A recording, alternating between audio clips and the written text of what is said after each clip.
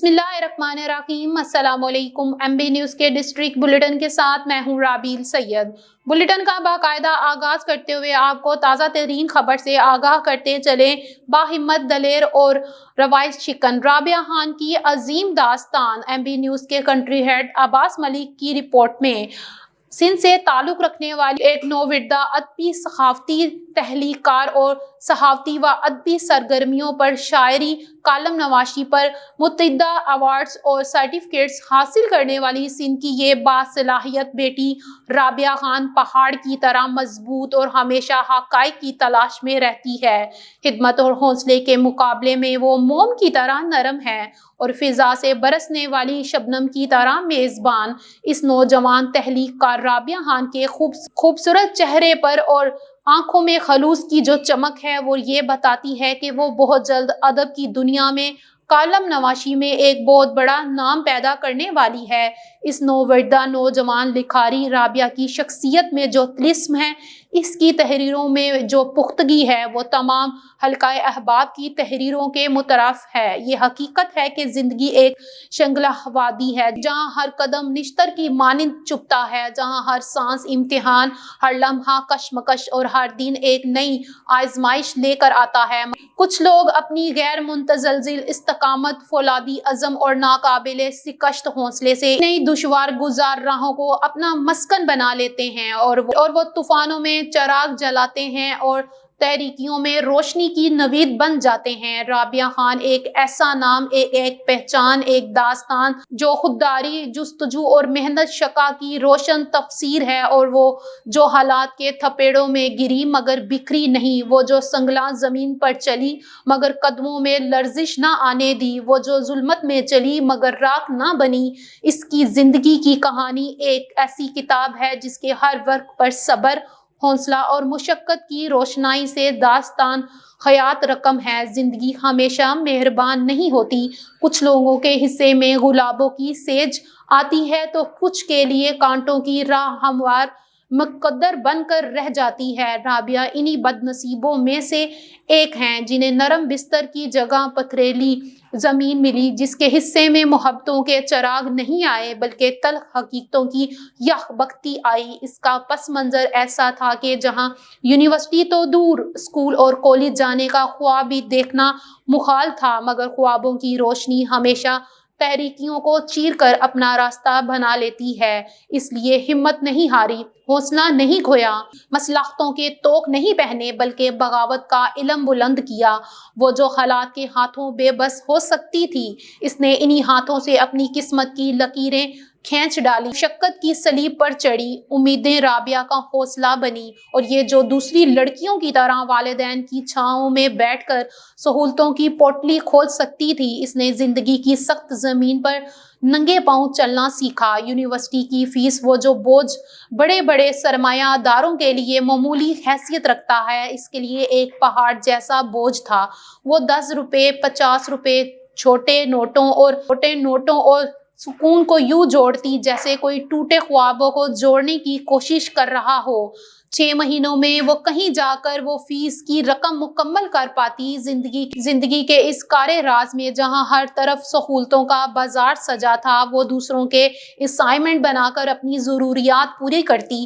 جہاں ایک وقت کی روٹی کا حصول بھی کسی کارنامے سے کم نہ تھا، وہ جو دوسروں کے طنز کا نشانہ بنتی، جن کے لیے کینٹین سے کھانے کی ایک پلیٹ بھی تعجب کا باعث تھی، اس نے کبھی ہمت نہیں ہاری۔ مگر زندگی کی راہ صرف مالی دشواریوں کی گلیوں میں نہیں، اس راہ میں انسانیت کے لباس میں چھپے بھیڑیے بھی موجود ہوتے ہیں جو ہر راہ گزر پر طاق میں بیٹھے ہوتے ہیں۔ 50 منٹ کا طویل سفر پیدل جو عام لوگوں کے لیے ایک معمولی سی ورزش ہوگی، رابعہ کے لیے ہر روز ایک نئی جنگ تھی۔ وہ جو چھیڑ چھاڑ کے لفظوں کے زہر سہتی، وہ جو بیہودہ نظریں برداشت کرتی، وہ جو ناپاک جملوں کے زخم اپنے دل پر سہتی، مگر پھر بھی چلتی رہتی، آگے بڑھتی رہتی، اپنی منزل کی جانب قدم با قدم بڑھتی رہتی۔ خواب جو زخم بن گئے۔ کبھی اس نے خواب دیکھا تھا نیوز اینکر بننے کا، ایک مضبوط آواز، ایک بے باک صحافی۔ خواب وہ ہوتے ہیں جو پتھر کے دل پر بوجھ ڈالے تو وہ بھی کرچی کرچی ہو جائے۔ یہ خواب بھی معاشرتی رویوں کے بھاری پتھروں تلے دب گیا طنز تہذیب حوصلہ شکنی جملے خوابوں کے پر کاٹ دیے گئے، خواہشات کو پابند سلاسل کر دیا گیا، مگر لوگ خواب کی جڑوں سے محروم کر دیے جاتے ہیں، وہ قلم کی شاخ پر نئی خواب باندھ لیتے ہیں۔ 9ویں جماعت کی ایک چھوٹی سی لڑکی جس کے ذہن میں سوالات تھے مگر جواب دینے والا کوئی نہ تھا، اس نے خود سوالات کی بھول بھلیاں میں الجھتے وہ لفظوں کی دنیا میں آ بسی، وہی دنیا جو ہر محروم انسان کو اپنے زخموں کا مرہم دیتی ہے، جو ہر بے سہارا کو اپنی چھاؤں فراہم کرتی ہے۔ شاعری، کالم نگاری، فلسفہ، یہ سب رابعہ کے اندر یوں بسا جیسے خزاں رسیدہ درخت میں بہار آ گئی ہو۔ آج وہ 20 برس کی یونیورسٹی کی طالبہ ہے، مگر آج اس کی سوچ پختہ ہے، اس کا عزم اٹل ہے، اس کا حوصلہ پہاڑوں سے بلند ہے۔ وہ جو تلخ حقیقتوں کا زہر پی چکی ہے، اب وہ اپنے الفاظ سے اس زہر کو امرت بنانے کی ہنرمند بن چکی ہے۔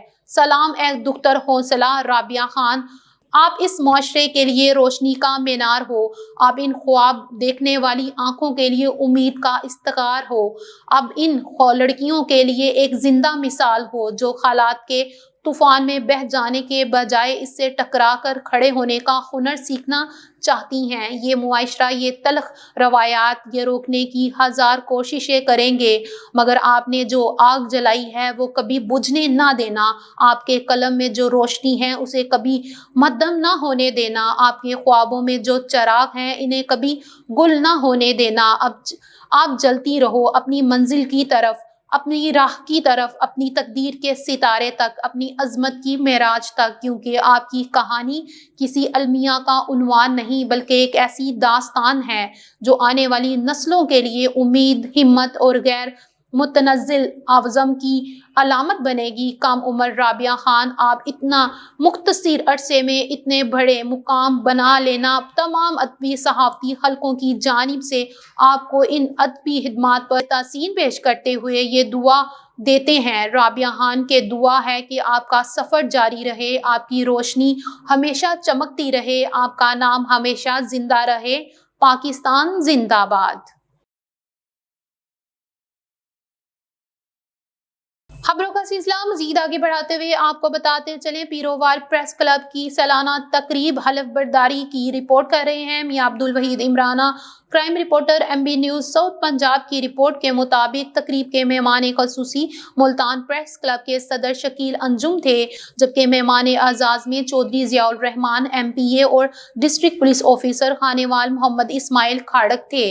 پریس کلب پیرووال خانیوال کی پروقار تقریب میں حلف برداری کا انعقاد ہوا۔ مہمان خصوصی جنوبی پنجاب کے معروف سینئر صحافی، مسلسل 14 مرتبہ ملتان پریس کلب کے منتخب صدر شکیل انجم تھے۔ تقریب میں مہمان اعزاز میں Chaudhry Zia ur-Rahman MPA، district police officer Khanewal Muhammad Ismail Kharak, Chaudhry Maqsood Ahmed Jang, news group صحافیوں کے حقوق کی بین الاقوامی تنظیم پاک انٹرنیشنل میڈیا کونسل کے مرکزی صدر فخری، ڈسٹرکٹ بار خانیوال کے صدر مہر افتخار ننگانہ، ایڈوکیٹ جنرل سیکرٹری فخر حیات خان بلوچ، ایڈوکیٹ کے علاوہ ڈسٹرکٹ پریس کلب خانیوال کے سینئر صحافی عبداللطیف انور، اعظم بشیر شیخ، عدنان سعید چودھری، طارق نواب پڑاچا، ڈاکٹر منظور بھٹی، شفاعت حسین شاہ، میاں شفاعت کمو، میاں شفیق مبشر، ارشد شنگا، ڈاکٹر ابرال سیال سمیت مختلف مکاتب فکر سے تعلق رکھنے والی اہم شخصیت و سماجی شخصیت، چودھری محمد آصف اقبال، تعلق رکھنے والی اہم سماجی و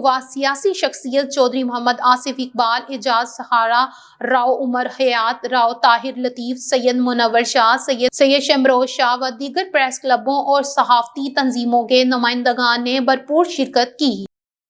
خبروں کا سلسلہ مزید آگے بڑھاتے ہوئے آپ کو بتاتے چلیں، سیون شریف سے MB نیوز کے نمائندے کی رپورٹ کے مطابق قلندر لال شہباز روح کے سالانہ 773ویں عرس مبارک کے سلسلے میں پولیس کا سرچنگ آپریشن اور فلنگ مارچ SSP جامشورو ظفر صدیق جھانگا کی سربراہی میں بندر محلہ سمیت دیگر علاقوں میں سرچنگ۔ منشیات فروش علاقہ چھوڑ کر فرار۔ پولیس کے فلنگ مارچ میں رینجرز کے جوان بھی شریک۔ عرس مبارک کے موقع پر سخت سیکیورٹی کے انتظامات کیے گئے۔ عرس مبارک سے قبل شہر کے اندر اور داخلی اور خارجی راستوں پر سرچنگ کا عمل شروع کر دیا گیا۔ SSP ظفر صدیق جھانگا شہر کے اندر اور باہر